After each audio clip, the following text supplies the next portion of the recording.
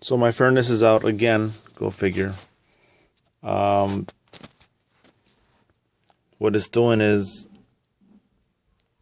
the spindle starts to turn on. Then the gas valve, you can hear it open up, and then it shuts off.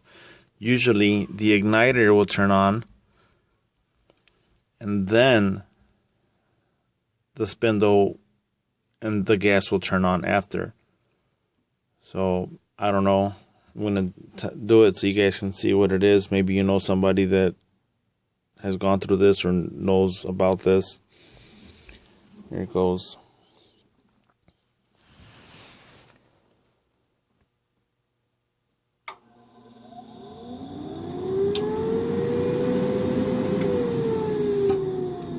That's all it's doing.